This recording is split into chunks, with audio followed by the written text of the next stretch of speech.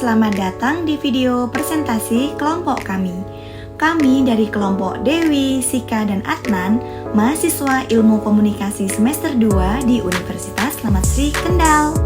Video ini kami buat sebagai bagian dari tugas mata kuliah Komunikasi Antarpersonal yang dibimbing oleh Ibu Rosi F. Daud M.Ikom. Di video ini kami akan membahas topik yang telah kami siapkan dan semoga bisa menambah wawasan serta mudah dipahami. Langsung saja, mari kita mulai. Hubungan interpersonal. Pengertian hubungan interpersonal merupakan hubungan antara dua orang atau lebih yang saling berinteraksi dan mempengaruhi. Terjadi secara langsung dan bersifat pribadi.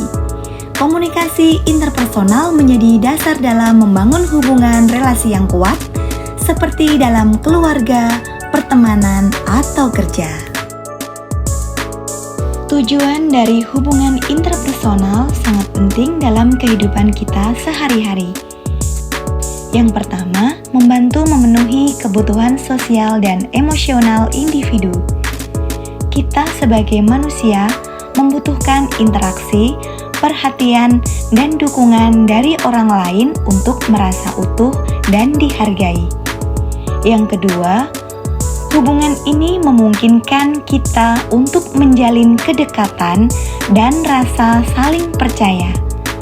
Kepercayaan ini menjadi dasar kuat dalam setiap bentuk hubungan, baik dalam keluarga, pertemanan, maupun pekerjaan. Tujuan yang ketiga adalah untuk membangun dukungan emosional dan psikologis. Ketika kita sedang dalam tekanan atau mengalami masalah, hubungan interpersonal bisa menjadi tempat kita mencari semangat dan kenyamanan. Dan yang terakhir, hubungan interpersonal juga mengurangi stres dan rasa kesepian melalui interaksi yang positif dan hangat. Dengan kata lain, kehadiran orang lain yang peduli bisa membawa ketenangan dan kebahagiaan dalam hidup kita. Beberapa faktor yang mempengaruhi komunikasi antarpersonal. 1. Konsep diri.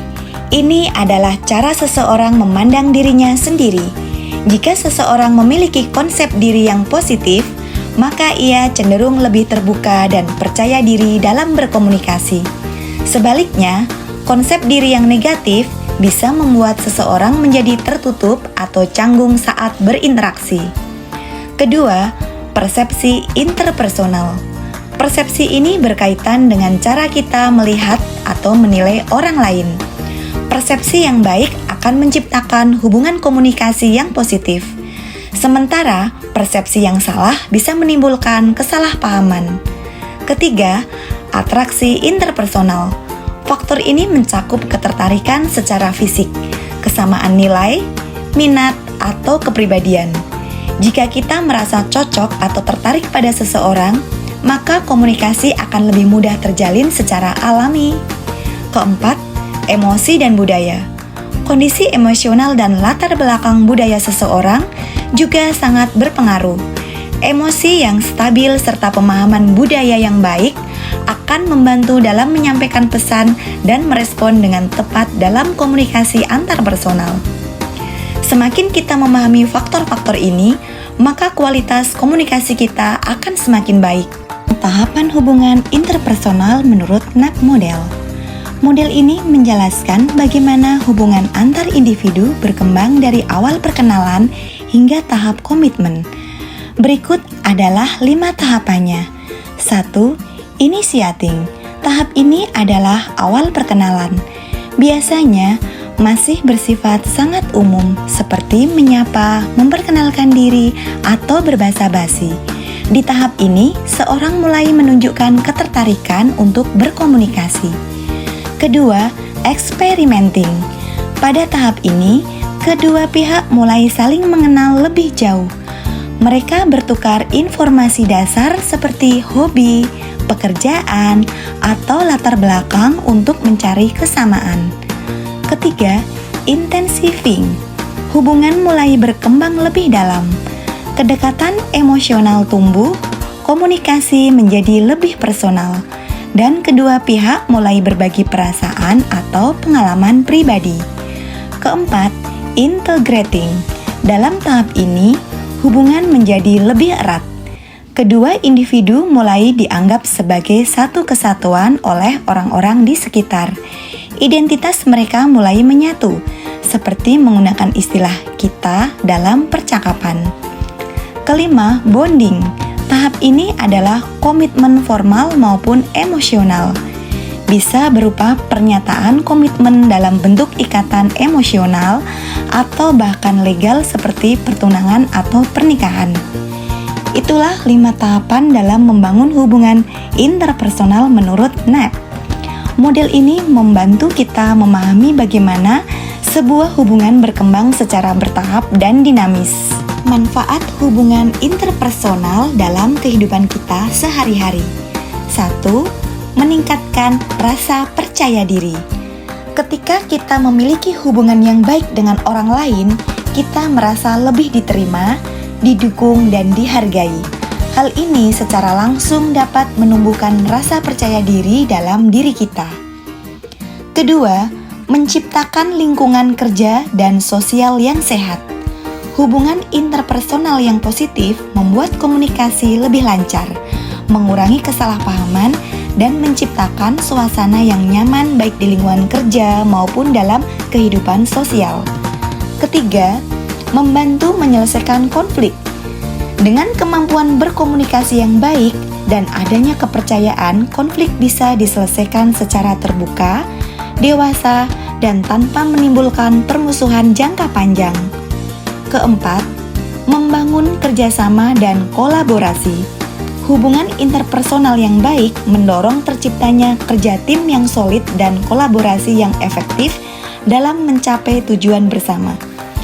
Jadi, hubungan interpersonal itu bukan hanya soal dekat secara emosional, tapi juga punya banyak manfaat nyata dalam berbagai aspek kehidupan kita.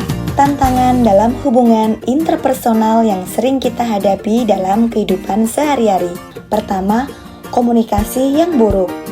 Komunikasi yang tidak jelas, tidak terbuka, atau bahkan salah tafsir bisa menyebabkan kesalahpahaman dan konflik dalam hubungan interpersonal.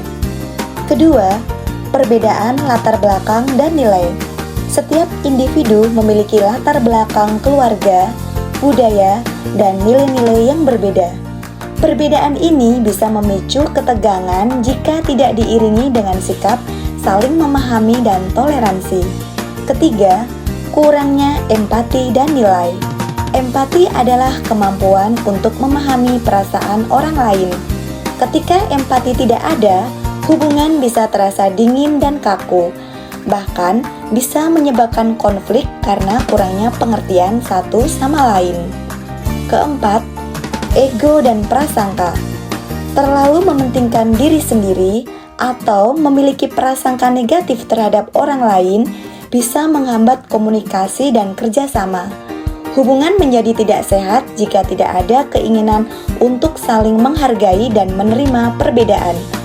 Oleh karena itu, mengenali dan menghadapi tantangan ini penting agar hubungan interpersonal bisa tetap sehat, kuat, dan saling mendukung. Sebagai kesimpulan, dapat kita pahami bahwa hubungan interpersonal merupakan fondasi penting dalam kehidupan sosial yang sehat. Melalui hubungan ini, kita bisa menjalin komunikasi yang lebih baik, kerjasama yang lebih erat, serta kehidupan sosial yang lebih harmonis. Dengan memahami faktor-faktor yang mempengaruhi hubungan interpersonal, baik itu manfaat maupun tantangannya, kita akan mampu membangun hubungan yang lebih kuat, sehat, dan bermakna. Hal ini penting tidak hanya dalam konteks pertemanan atau keluarga, tetapi juga dalam dunia kerja, pendidikan, dan kehidupan sosial secara umum. Maka dari itu, mari kita terus mengembangkan kemampuan interpersonal kita agar bisa berkontribusi secara positif dalam setiap aspek kehidupan. Terima kasih sudah menyimak video presentasi dari kelompok kami. Semoga isi yang kami sampaikan bisa bermanfaat.